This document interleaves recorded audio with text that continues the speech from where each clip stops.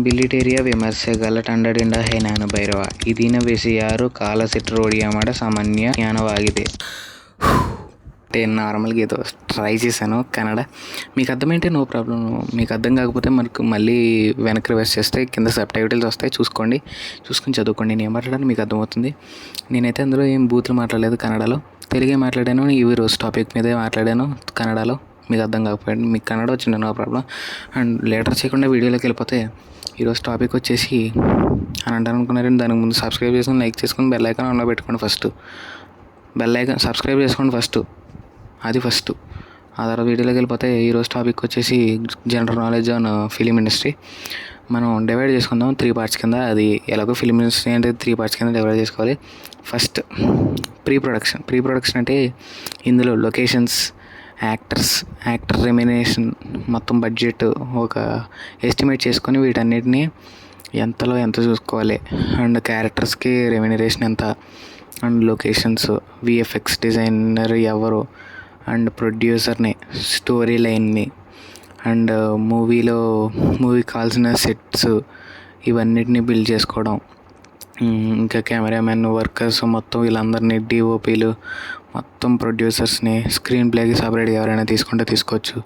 మొత్తం basic movie తీయక ముందు చేయాల్సినవన్నీ pre ప్రొడక్షన్లో జరుగుతాయి. అంటే మూవీ టైటిల్ని రిజిస్టర్ చేయించుకోవడం, వీటిలో ఇవన్నీ ప్రీ ప్రొడక్షన్లో ఉంటాయి. నెక్స్ట్ ఇది అయిపోయాక మొత్తం ఇవన్నీ టైటిల్ అన్నీ తీసేసుకున్న తర్వాత ప్రొడక్షన్.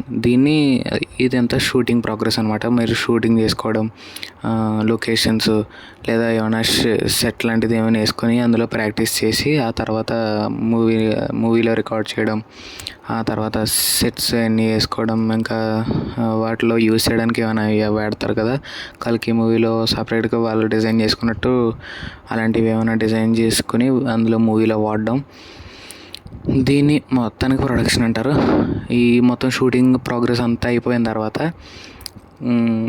అప్పుడు పోస్ట్ ప్రొడక్షన్ అడుగుతుంది. పోస్ట్ ప్రొడక్షన్కి చాలా టైం పడుతుంది. పోస్ట్ ప్రొడక్షన్ కంటే ప్రీ ప్రొడక్షనే చాలా ఎక్కువ టైం పడుతుంది.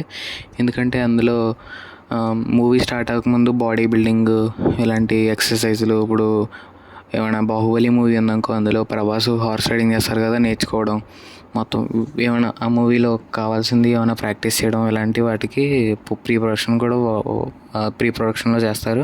అండ్ పోస్ట్ ప్రొడక్షన్ వచ్చేసి మూవీ అంతా అయిపోయిన తర్వాత మనం ఏమైతే చూడాలనుకుంటున్నాం, మనం చూసేది అంటే వాళ్ళు ఒకవేళ ఎగ్జాక్ట్గా 6 అవర్స్ మూవీ తీసారనుకోండి, అన్వాంటెడ్ సీన్స్ తీసేసి 3 అవర్స్ కింద ఎడిట్ చేసి మూవీలో ప్లే చేయడం.